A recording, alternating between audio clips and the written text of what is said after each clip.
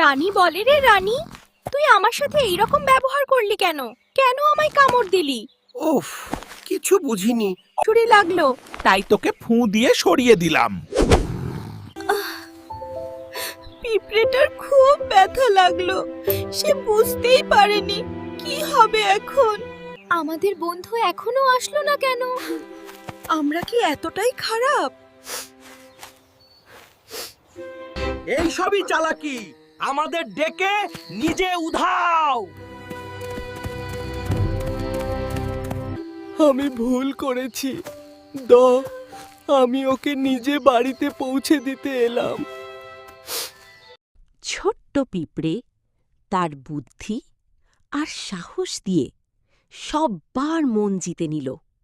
এরপর থেকে সবাই মিলেমিশে সুখে শান্তিতে থাকতে লাগল।